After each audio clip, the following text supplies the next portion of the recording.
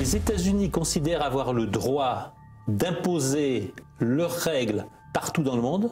En 2014 et 2015, ce sont près de 15 milliards de dollars d'amendes qui ont été infligées à des entreprises françaises. Ce qui signifie que vous, moi, vos auditeurs, payent 3 à 4 milliards d'impôts en plus qui ne sont pas allés au Trésor français, qui sont allés au Trésor américain.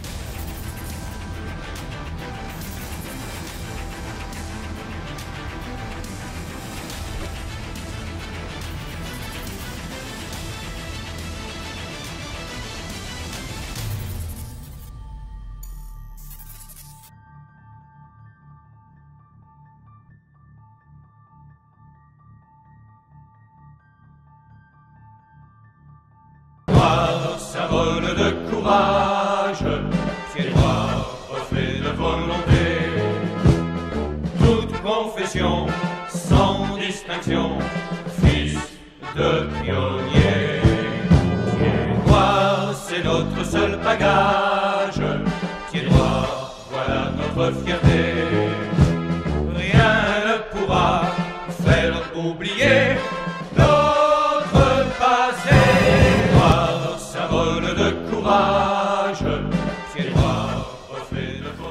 Bonsoir et bienvenue dans ce numéro 5 de l'émission Au Forum en compagnie de Bernard Colle, le secrétaire général de Jeunes Pieds Noirs. Bonsoir Bernard. Bonsoir Martial. Merci d'être là avec nos invités, bien évidemment le député du Gard et avocat Gilbert Collard. Bonsoir Gilbert Collard. Bonsoir. Et aussi l'animateur de Livres Libres sur TV Liberté, avec beaucoup de succès. C'est un plaisir de faire cette émission avec vous. Et puis, notre second invité, c'est Claude Pauly. Bonsoir. Vous êtes le président de la Fédération nationale des rapatriés qui avait été créée par le général Jouot. Merci d'être présent avec nous et on va évoquer, avant de vous donner la parole, quelques hommages parce qu'il y a eu beaucoup de disparitions en l'année 2015, au début de 2016. On pense bien évidemment à Pierre Descaves qui avait été ici dans cette émission, à Jean Sépi, au capitaine Marcel Ronda, à Gabriel Men, à Guy Forzi, à Gabriel Anglade aussi, et puis Robert Tabarot, et puis d'autres disparitions encore que je vous laisse évoquer. Oui, alors on voudrait, évidemment, dans toutes ces disparitions, on ne peut pas évoquer toutes ces personnalités qui ont fait le monde rapatrié, qui se sont battus pendant des années pour défendre les intérêts à la fois moraux et matériels de notre communauté. Mais on voudrait mettre en avant un peu deux personnalités qui nous ont quittés récemment. Madame Jeannine Delahogue. Madame Jeannine Delahogue était née à Aïn-Témouchen. C'était un écrivain, surtout une créatrice d'associations rapatriées dans le monde mémoriel. Elle avait créé le Centre de documentation historique de l'Algérie, puis après une deuxième association Mémoire d'Afrique du Nord, qui a un très beau site internet sur lequel d'ailleurs on retrouve de nombreuses biographies de ceux qui ont fait l'Algérie française de 1830 à 1962. Alors elle était écrivain de talent et Martial, Mémoire écrite de l'Algérie. Elle a fait deux ouvrages Chez Maisonneuve et La Rose. Voilà, qui sont deux ouvrages de référence. Et Des chemins et des hommes. Voilà, Des chemins et des hommes. Là aussi, ce sont des biographies de pionniers de l'Algérie du Maroc et de la Tunisie. Et l'autre ouvrage retrace le côté littéraire avec tous les écrivains algérianistes des années 50 aux années 2000. Et puis aussi, bien évidemment, la carrière d'un grand officier, c'était le capitaine Guy Branca. Alors l'autre volet effectivement des rapatriés, c'est le côté de l'armée d'Afrique. Vous savez que l'armée d'Afrique c'était 175 000 pieds noirs, 230 000 Français musulmans qui sont venus libérer la France en 1944-45 avec le débarquement de Provence. Alors Guy Branca était né à Tiaret et il est décédé récemment à Orange en France. C'est un Saint-Cyrien, une brillante carrière d'officier. Il avait fait la Tunisie, l'Indochine au premier rep. Il est en Algérie plusieurs fois blessé. Il participe au putsch d'Alger. Il est interné à Maison-Carrée, à Nogent, au Fort de l'Est, à la Santé, à Fresnes. Il est libéré, il rentre en Algérie et il rejoint le maquis de Loire-Nice, là où sera tué d'ailleurs le commandant Bazin. Il reconnaît l'exode. Il partira en Afrique du Sud où il connaîtra une très belle carrière, il fera une très belle carrière. Et d'ailleurs, ceux qui s'intéressent à cette histoire pourront retrouver tous les détails dans les livres de Pierre Montagnon qui racontent les aventures de ces officiers perdus. Merci pour ces hommages, c'est important. La mémoire, c'est important, nous le savons tous. Et notre invité maintenant, c'est Claude Poly, qui est donc, je le disais, le président de la Fédération nationale des rapatriés, la FNR, créée par le général Jouhaud. Claude Poly, vous êtes un jeune homme né en 1927, en Kabylie. Petite Kabylie. En petite Kabylie, des grands-parents et arrière-grands-parents qui avaient une ferme, la ferme Poly d'ailleurs, qui existe toujours, je crois. Elle existe toujours, oui. Depuis les années 1840, C'est 1850. ça, oui, mon grand-père l'avait créé à ce moment-là. Et alors, votre cursus, c'est l'école, la faculté, celle du droit, à Alger. Alger, oui, Est-ce que vous avez... Comme quoi le droit mène à tout, n'est-ce pas? à condition d'en sortir. Condition d'en sortir. Est-ce que votre engagement militaire, enfin, si vous pouvez bien m'en parler un peu? Ah bien, mon engagement militaire, d'abord, c'est mon service militaire entre 52 et 54 au service normal, et puis un rappel quelques années après, je dirais, qui a duré 8 mois, au cours desquels j'ai effectué en Algérie. Alors là, j'étais dans la 532e DBFA, c'est-à-dire demi-brigade de fusiliers de l'air, et nous avons effectué les premières opérations héliportées. Je crois bien, avec des tout petits hélicoptères, les Sikorsky, qui contenaient 11 personnes. Ce qui fait que quand vous étiez le dernier sur le terrain et que les autres partaient, on avait toujours un petit peu l'angoisse. Voilà. J'ai donc fait ça pendant 8 mois, j'ai été blessé. Et je suis rentré ensuite, comme tout le monde, à la maison. Oui, alors, mais 1960, c'est pas comme tout le monde. C'est le choix des barricades. Oui, effectivement. C'est le choix du putsch, c'est le choix de l'OAS. C'est pas comme tout le monde. Pourquoi ce choix?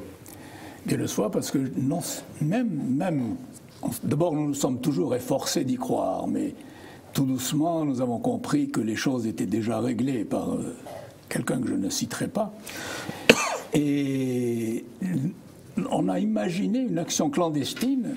L'OAS, c'était plus une espèce de dernière réaction de défense que quelque chose d'offensif. C'était pour manifester que nous n'étions pas d'accord, nous ne pouvions pas être d'accord. Alors, l'OAS, c'était ce qu'on appelait les Stronga pendant un certain temps, des bombes aux gens qui avaient, disons, une attitude qui ne nous convenait pas.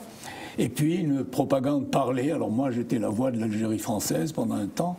Seguin était sur la radio pirate, sur la télé. On coupait les émissions, c'est Seguin qui parlait sur la télé à sa manière, jusqu'au moment où la cause a été entendue et je dirais le circuit fermé.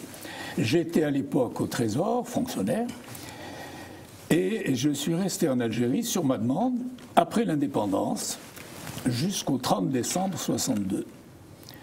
Pourquoi? Parce que je me suis dit qu'au fond, je resterai là jusqu'au bout, je ne pourrai pas rester au-delà, je m'arrangerai pour que les choses se passent le mieux possible pour les gens qui rentraient.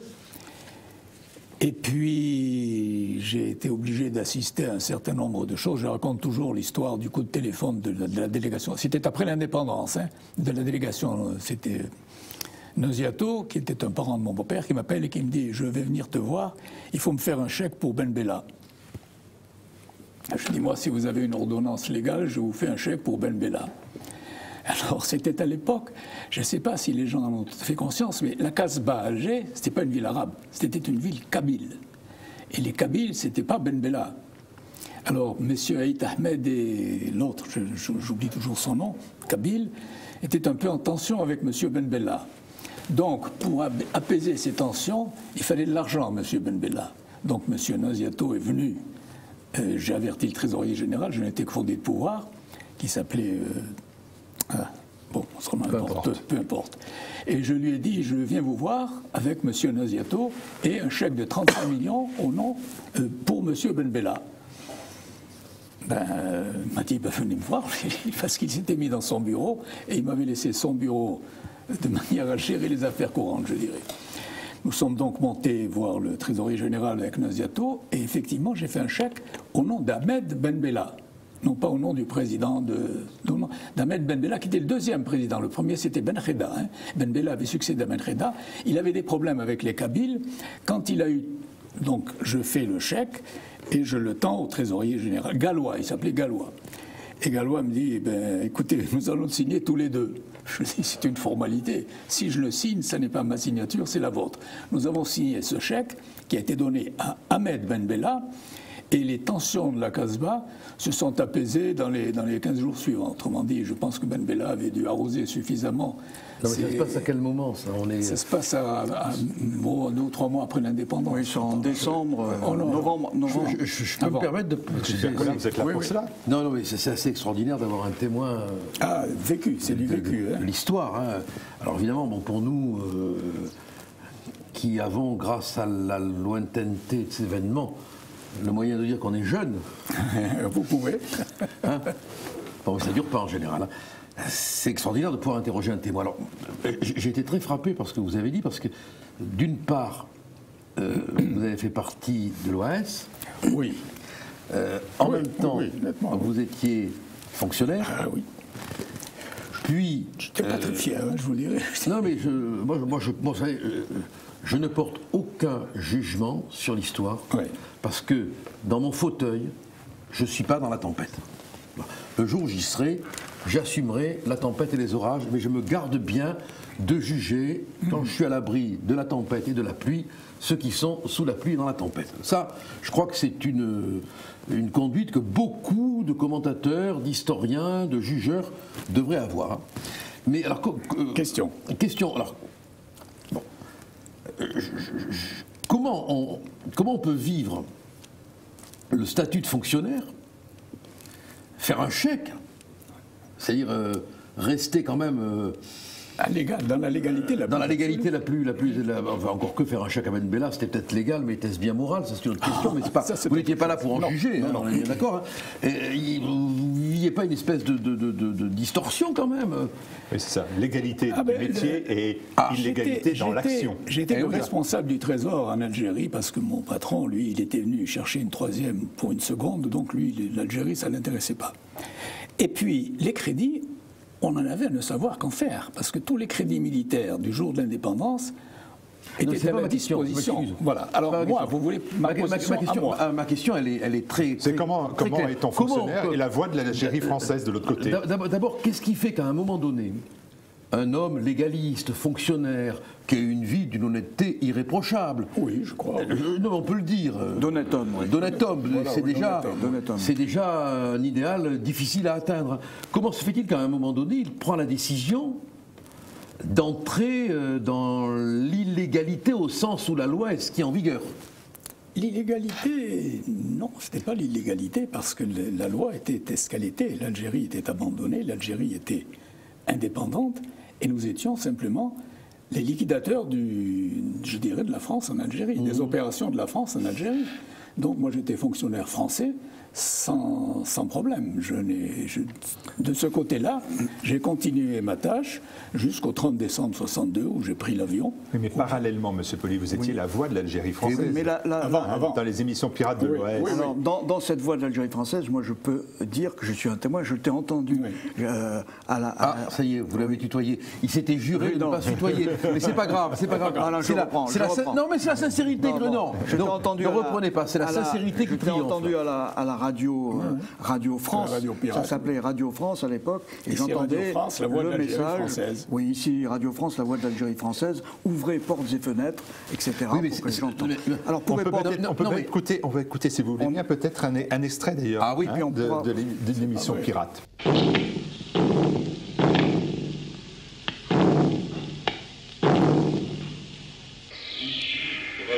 France, la voix de l'Algérie française. Pour AS vous parle. Ouvrez portes et fenêtres. Portez la puissance de vos récepteurs au maximum.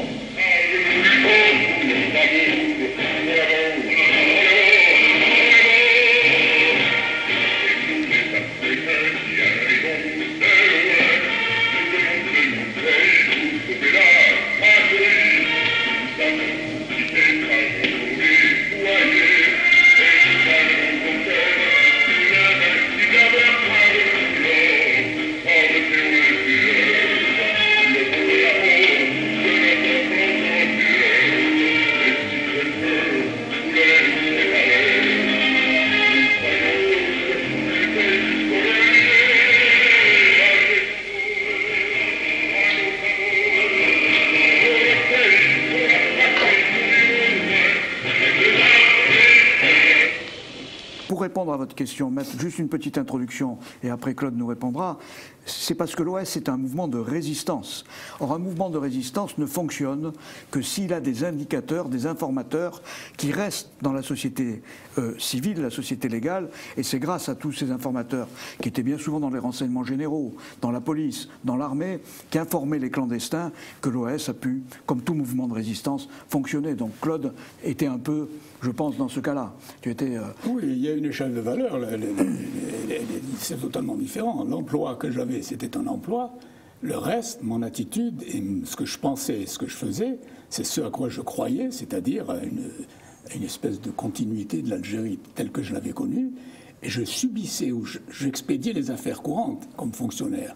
Je n'avais pas l'impression, comme quand je suis rentré en métropole, d'avoir une mission, J'étais là pour expédier les affaires courantes et pas du tout pour donner une morale ou une moralité ou une justification à ce que je faisais. Je fermais la boutique. Alors, on va passer 1969. Vous poursuivez cet esprit de résistance puisque vous créez l'AFNR, la Fédération nationale des rapatriés. Vous êtes coprésident avec la présidence du général Jouhaud. Pourquoi, en 69, la résistance, elle est encore nécessaire ? Elle est nécessaire parce que nous n'avons pas obtenu, je dirais globalement et d'une manière tout à fait générale, les indemnisations que nous avons souhaitées, mais nous avions une figure de proue, c'était le général Jouhaud, qui pouvait, étant donné sa renommée, sa position, nous cautionner, je dirais, et je n'étais pas le premier. Je n'étais pas le premier des présidents. C'est Roger Fenech, qui était député à l'époque, qui a créé le Front National des Rapatriés, qui est devenu Fédération Nationale pour éviter toute équivoque avec le Front National. Ensuite, après Fenech, il y a eu maître Jean Trappe, qui l'a présidé un temps. Jean Trappe est mort. Nous l'avons ensuite coprésidé avec mon ami Santini, qui vivait à Perpignan. Yvon Santini. Yvon Santini, oui. Et puis ensuite, je l'ai présidé moi-même après.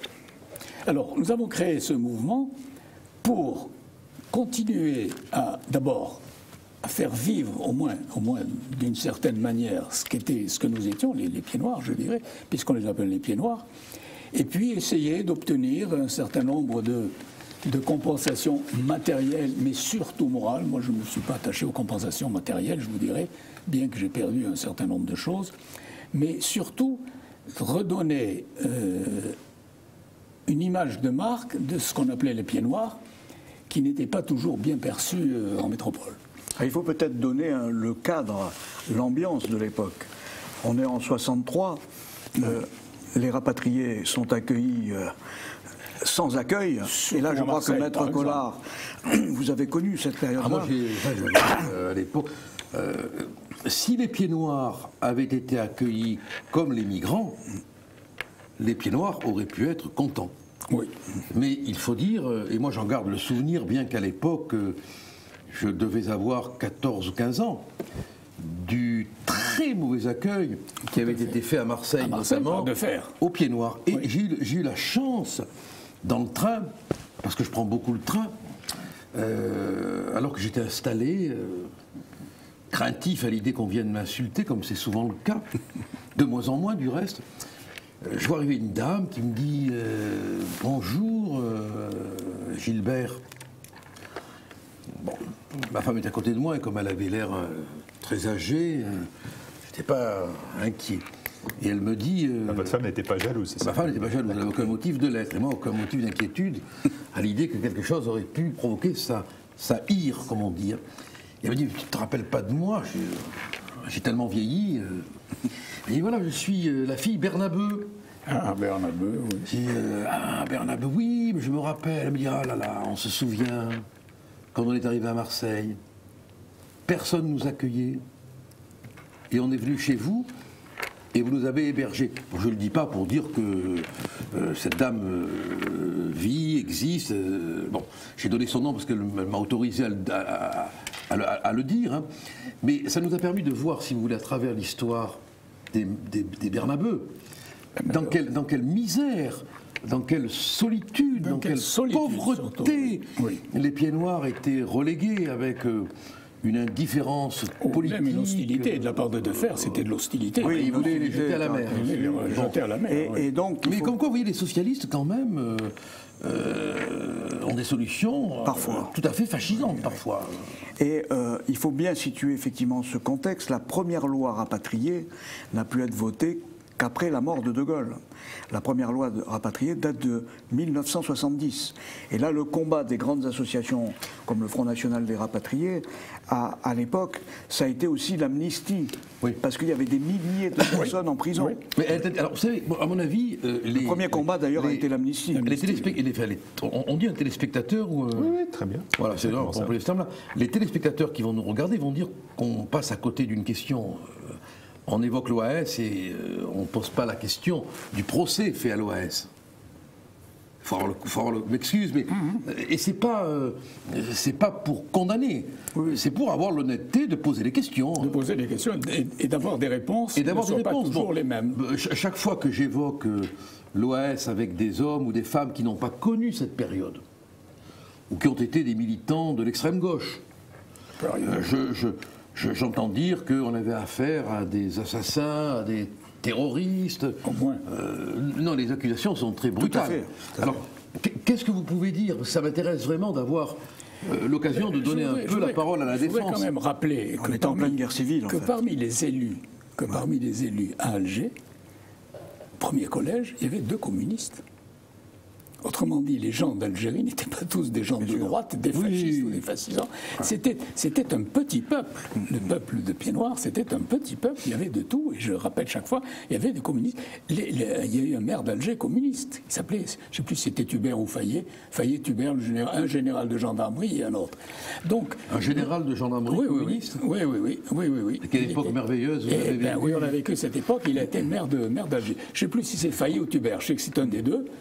Donc, il y a une fausse image qu'on a mal perçue en France, c'est que le petit peuple blanc d'Algérie, c'était pas des grands propriétaires. Des propriétaires, des colons, il y en avait 17 000. Sur 1 million et quelques, c'est pas beaucoup, hein. Donc, il y a toute une image fausse. Et Babelouette votait communiste, votait rouge.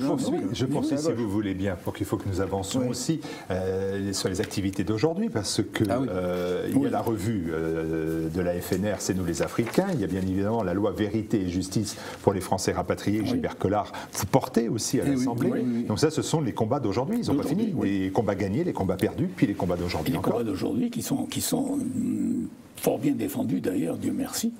Mais cette loi. Alors on y reviendra. On va y revenir tout à l'heure.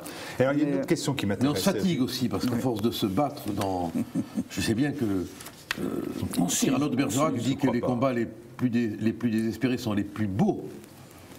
Et qu'en entrant chez Dieu, ce soir, il saluera son seuil bleu avec son panache.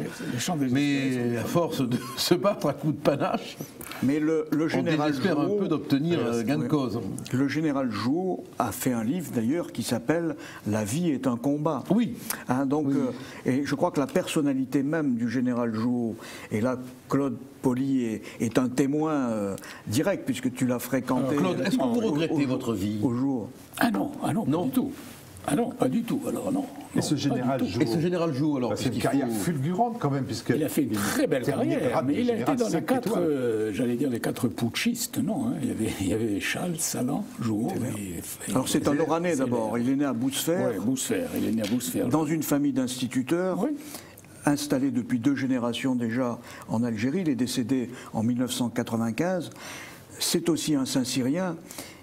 Il a été officier d'aviation. Il a été décoré de la Légion d'honneur à 22 ans, je crois, pour une randonnée qu'il avait fait extraordinaire. Au travers du Sahara à l'époque héroïque de l'aviation. Oui. Et en 1939-45, il est fait prisonnier. Il s'évade en Algérie. Il revient en France dans l'armée de l'époque, fait plusieurs tentatives d'évasion vers la Grande-Bretagne, notamment avec Estienne d'Orve, qui malheureusement sera lui assassiné. Il est résistant ensuite dans le réseau Aura du général Frère, qui mourra en déportation, et il finira comme un des chefs de la résistance dans la région bordelaise. Donc c'est après, il va retourner en Indochine, il va connaître l'Algérie. Avec le général Salan, à ce moment-là. Avec le général Salan. Salan, oui. Et c'est là où, peut-être la première fois, tu l'as rencontré au moment du putsch. Oui, au moment du putsch, oui, Voilà. effectivement, oui. Donc, comment c'était, quel homme? Dites-nous, racontez-moi. C'était parce que un moi, homme, je crois que c'était un homme sincère. Physiquement, c'était un grand costaud, et puis c'était un homme sincère, qui y croyait et qui, profondément malheureux de ce qui se passait et de ce qu'il appréhendait d'ailleurs, parce que je crois qu'il a vite compris que c'était un combat désespéré. C'est ça, le problème, c'est ça. Moi, il y a une question qui me préoccupe beaucoup, et je la transpose dans l'époque de maintenant. Il y a des événements qui sont souterrainement, aujourd'hui, comme du temps où vous étiez en Algérie, souterrainement d'une violence dont on ressent les secousses sismiques, sur le plan social, sur le plan sécuritaire, sur le plan économique, sur le plan identitaire. Des violences ici? Des violences ici, oui. Mais vous les avez connues là-bas. Ah oui, et elles étaient à la fois visibles et, dans les premiers temps, je le crains, souterraines, non? Au départ, mais c'est une question de tempérament. Mais alors, la question que je voudrais vous poser, c'est comment, à partir de quel moment, vous avez appréhendé que la souterraineté de ces violences, de ces difficultés, allait conduire à un cataclysme pour les uns. Pour les uns, oui. Tout simplement quand on s'est aperçu que c'était désespéré. Et à quel moment on s'aperçoit au changement de politique du général de Gaulle. Voilà. Mais vous y avez cru jusque-là? À De Gaulle, eh bien moi j'y ai cru. On y a cru jusqu'à la fin, je crois. Moi, De Gaulle, c'était l'homme qui avait dit non au sens de l'histoire. C'était et qu'est-ce que j'ai entendu alors là? Mais vous n'arriviez pas. Je m'excuse de vous poser cette question. Oui. Évidemment, moi, je suis le témoin facile. J'ai pas vécu tout ça. Vous ne perceviez pas que le malheur allait emporter la porte de la maison? Une anecdote. Non, je crois Par pas. exemple, en 1961, la plupart, un certain nombre de pieds noirs commençaient à vendre leurs biens. Eh bien, 1961. En 1961, c'est-à-dire quasiment à la fin, eh bien, mon père, par exemple, a acheté un appartement en 1961, en nous disant qu'il ne croyait pas partir. À aucun moment donné, même en 1961, mais quand on représente la guerre d'Algérie, je crois qu'il y a eu une guerre militaire effectivement dans le Djebel, etc. Mais dans les grandes villes, on vivait comme ici. Ah oui, sans problème. Il n'y avait aucune insécurité à la fin, surtout en 60-61. Surtout en 61, on circulait partout, on allait à la plage, on prenait le métro, le tramway, le métro, etc. Mais je crois qu'on n'imagine pas que cette guerre larvée que vous décrivez n'a été violente qu'à partir du moment où De Gaulle a décidé de se débarrasser du boulet algérien par tous les moyens. Oui, et donc, et ça n'a été que début 62. On en parlera avec les événements du 26 mars, du 19 mars et du 26 mars. Mais auparavant, les gens vivaient comme ici. Avant de parler des événements 62, peut-être un dernier mot pour Claude Poli. Vous vouliez rajouter un mot? Oui, je voulais rajouter un mot, c'est que tout le monde y croyait. Quand De Gaulle est venu à Alger, en 58. Et il y avait autant d'Arabes que nous sur la place. Là. Ça, c'est le 13 mai 58. J'étais allé à j'étais pas à Alger. Ma femme m'a raconté. Il y avait tout le monde y croyait, tout le monde y a cru. C'était la fraternité. C'était la fraternité. Là, il y avait. Mais ma femme était étonnée, mon père avait vu ça aussi.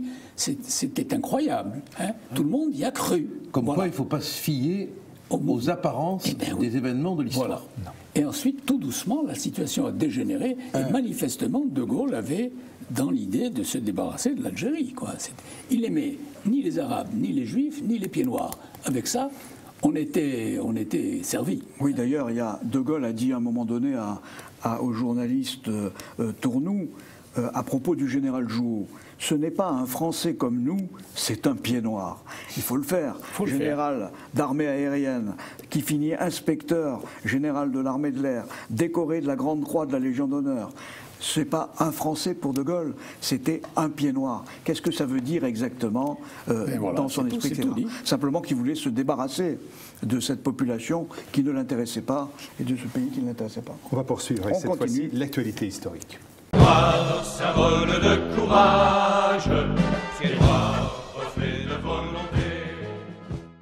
50 ans, c'était le printemps sanglant algérien de 1962, avec bien évidemment 2 dates à retenir, le 19 mars et le 26 mars. Le 19 mars, là j'ai le journal L'Aurore, cessez-le-feu, aujourd'hui à midi, De Gaulle a annoncé pour avril un référendum, Alger, accablement puis tumulte, Oran, colère et manifestations dans les rues. Dans ces 2 villes, des cours martiales sont instituées. Voilà, ça c'est la une de L'Aurore, qui est le journal de droite, le journal de droite un journal l'époque, plutôt Algérie française. Voilà, qui était plutôt Algérie française, et qui est un journal qui a été honorable toute sa vie. Alors ce 19 mars 62, rappelez-moi le contexte. Moi je n'étais pas, je n'avais même pas, j'avais quelques mois. Donc le contexte du 19 mars 62. Le 19 mars 62, c'est les soi-disant accords d'Évian, mais c'est surtout le commencement de la fin. Le changement de politique, un changement radical de politique de l'État français et du général de Gaulle, où l'allié devient le FLN, l'allié de l'armée française devient le FLN, et non plus l'adversaire. L'armée française devient l'allié du FLN. Et où l'armée française devient l'allié du FLN. Tout ceci a été largement expliqué, notamment par Maurice Sallet dans son livre L'Algérie d'Évian. C'est un plan concerté qui a été suivi, qui a été défini par Alain Perfit. D'ailleurs, on en avait déjà parlé dans les précédentes émissions. L'objectif étant de se débarrasser le plus vite possible du boulet algérien, car tout est écrit dans la presse de l'époque. Si on prend par exemple la conférence du général de Gaulle du 29 décembre 1961, voilà ce que le général de Gaulle dit dans la conférence du 29 décembre 1961. D'une façon ou d'une autre, le problème algérien sera réglé en 1962. Donc en fait, il y avait quasiment un accord. C'est des promesses, il les tenait à l'époque. Voilà, donc celle-là, il n'a pas tenu les autres, mais celle-là, il l'a tenu. Donc les accords d'Évian, pour nous, c'est comme vient de le rappeler Claude Poli, c'est le début de la fin, c'est le début de tous les malheurs des Français d'Afrique du Nord, et notamment avec la fusillade du 26 mars 62, une semaine après, c'est le Bataclan algérois, c'est-à-dire que l'armée française tire à la mitrailleuse pendant un quart d'heure sur une foule désarmée, 80 morts, 200 blessés. Je ne sais pas si tu étais à Alger à ce moment-là. J'étais à Alger, j'étais de l'autre côté, j'étais au Trésor, moi. Oui. Voilà. Et je n'ai pas pu venir chez moi parce que la ville a été bloquée, fermée pendant un temps. Et le soir, il a fallu que j'attende la nuit pour rentrer chez moi. Sur le 19 mars 62, je vous propose de regarder un extrait du film, bien évidemment, La valise ou le cercueil de Charlie Cassan et Marine Avenel. Très, très grand film.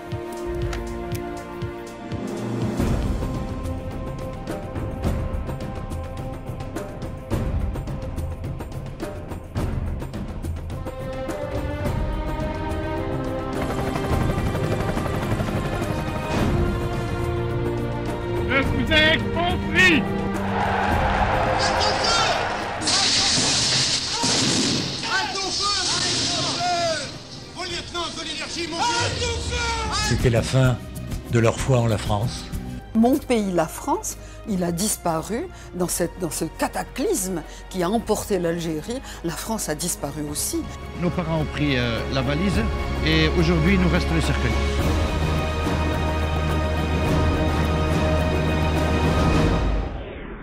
Quand on dit la valise, on est parti avec une valise. Je donnais la date du 19 mars 1962. Il y a une autre date, bien évidemment, c'est le 26 mars 1962. Là aussi, rappel du contexte. Alors, rappel du contexte, tout simplement une manifestation populaire algéroise va au secours de Bab el-Oued, donc un quartier populaire d'Alger qui est bouclé par l'armée, qui est complètement encerclé par l'armée. Juste, j'étais au Trésor, on m'a appelé, je suis monté sur le toit et j'ai vu des avions tirer, passer et tirer sur Bab el-Oued. Je les ai vus, moi. Je les ai vus. C'est incroyable. Hein? Pourquoi? Parce que Bab el-Oued était bloqué. C'est absolument fascinant, l'armée française. C'est fascinant jusqu'à un certain point. Quelle est votre réaction à ce moment-là? L'incompréhension? C'est l'incompréhension. C'est inconcevable qu'on se tire dessus, que les Arabes, c'est un terme global qui n'est pas très bien adapté, mais qu'on soit mitraillés par mais que des avions français, des avions viennent tirer à Bab el-Oued, parce que Bab el-Oued était considéré sur les immeubles. Bab el-Oued était considéré comme c'est un blocus total. Et pas de possibilité, même pas passer pour manger. J'avais un copain très bon que j'ai retrouvé ici après, qui était juif et qui avait un truc très typé. Il se faisait passer pour un arabe pour aller apporter à manger à Bab el-Oued à des gens qui étaient bloqués dans le quartier de Bab el-Oued. Et j'ai vu, moi, des avions français tirer à la mitrailleuse sur Bab el-Oued. Il faut dire qu'il y avait eu une consigne, effectivement, de l'organisation de l'OS pour que le quartier de Bab el-Oued se révolte. Il s'était donc révolté quelques jours avant, mais révolté de façon pacifique, en tapant sur des casseroles, etc. Le gouvernement en a profité pour boucler l'intégralité du quartier avec des barbelés, des chars, et comme le dit Claude, les chars tirés sur les façades des maisons à la mitrailleuse. Il y a eu 70 morts, bien souvent d'ailleurs des femmes et des enfants, et le but était d'affamer le quartier de façon à ce qu'il rentre dans l'ordre. Je peux me permettre, mais qu'est-ce qui fait que ce versant de l'histoire de la guerre d'Algérie n'est connu que des pieds noirs qui l'ont subi finalement? Mais quand vous parlez des événements d'Algérie, cet événement-là est complètement occulté. Moi, je le connais parce que je vis avec beaucoup d'amis pieds noirs, on en parle souvent, mais je suis étonné dans les débats. On est malheur vaincu. Malheur vaincu, oui, c'est une bonne explication. Oui. Non, mais c'est la seule explication. Ce sont des Français qui tirent sur des Français. Mais ce sont des Français. Mais c'est une guerre civile, en fait. On est dans une guerre civile. Oui, mais alors, je ne sais pas si on a le temps, mais vous allez me dire que je suis obsédé par cette inquiétude, mais comment, à un moment donné, le flux des tensions, le flux des exaspérations, le flux des inquiétudes se réunit pour créer cette situation de guerre civile? C'est le général de Gaulle qui a créé. Un homme peut le faire. Un homme l'a fait totalement. Il y avait aussi un état d'esprit en métropole. Les gens en avaient assez que leurs enfants aillent se faire casser la gueule. Moi, je me rappelle ma mère qui disait je veux pas que mon frère aîné devait partir faire la guerre d'Algérie. Et elle disait non, moi, j'ai pas envie qu'il aille se faire tuer. Voilà, c'est ça. Il y avait cet état d'esprit en France, donc ça a facilité un petit peu. Elle n'était pas la seule à le dire. Bien sûr. Mais il y avait quand même en France une forte partie de la population qui était Algérie française. Il y avait, mais il y en avait une autre bonne partie. Je veux dire, le grand génie de Gaulle en termes politiques, c'est d'avoir été le général micro. Par la parole, il a brisé le putsch. C'est-à-dire que par son discours du 24 ou du 25 avril, il a réussi par la parole à inverser le courant qui était lancé sur place. Et en fait, comme il l'avait dit le 29 décembre 61, il voulait se débarrasser au plus vite de l'Algérie. Alors pour quelle raison, c'est un autre débat, mais en tout cas, pratiquement c'est ce qu'il a réussi à faire. Et pour y arriver, il fallait que les Français d'Algérie se rendent compte que c'était fini, et pour qu'ils se rendent compte qu'il était fini, on leur a tiré dessus. À partir de là, tout le monde est parti. On regarde encore un extrait, si vous voulez bien, du film Harkis les sacrifiés. Les associations favorables à l'Algérie française sont interdites. Leurs membres sont arrêtés et internés. Devant les difficultés rencontrées, De Gaulle demande à Alain Peyrefitte de publier des articles dans la presse, laissant croire qu'il est favorable à la partition de l'Algérie, une approche qui inquiète à la fois le FLN et l'OAS. Celui-ci publie, à la demande du général de Gaulle, ses réflexions dans l'ouvrage « Faut-il partager l'Algérie ?» Page 109, y est présenté le plan qui sera intégralement appliqué pour mener l'Algérie à l'indépendance. L'OAS règne alors sur les grandes villes d'Algérie.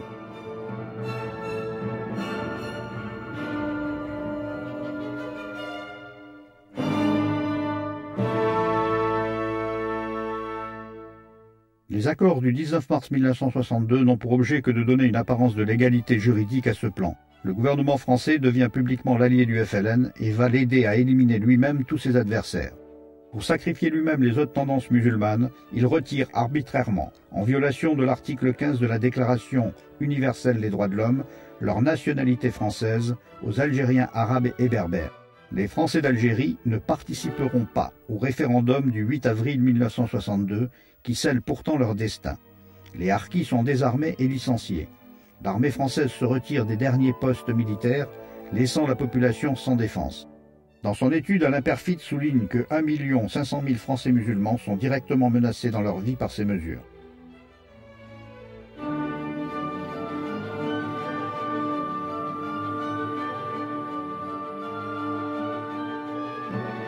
Des garanties sont données aux harkis. Des mesures les incitent à rester sur place, logement gratuit, prime de départ. Dès le 19 mars, les premiers massacres ont lieu, comme celui des harkis de Jean-Pierre Chevènement, alors officier SAS à Saint-Denis-du-Sigue, en Oranie.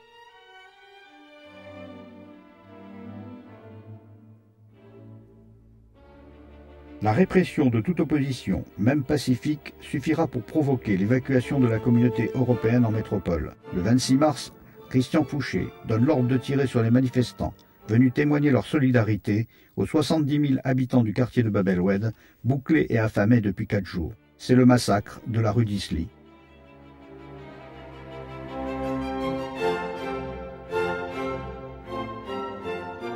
La répression s'abat sur Oran et la tentative d'un maquis Algérie française dans l'Ouarsenis avec les harkis du Bachaga Boualem échoue. Les Français d'Algérie ne peuvent arrêter l'État français d'installer lui-même un exécutif provisoire composé des doublures des hommes du FLN qu'il a choisi. La métropole approuve les accords d'Évian par référendum, un référendum dont ont été exclus les Français d'Algérie. Des Français d'Algérie qui comprennent que tout est perdu, c'est l'exode général, le FLN peut établir sa dictature. Et puis Bernard Colle, il y a aussi l'anniversaire de ces événements du 26 mars, à Paris notamment, une manifestation qui est organisée, je crois. Alors il y a effectivement tous les ans dans toute la France un grand nombre de manifestations qui sont organisées, des messes et des cérémonies en mémoire des victimes de la rue d'Isly.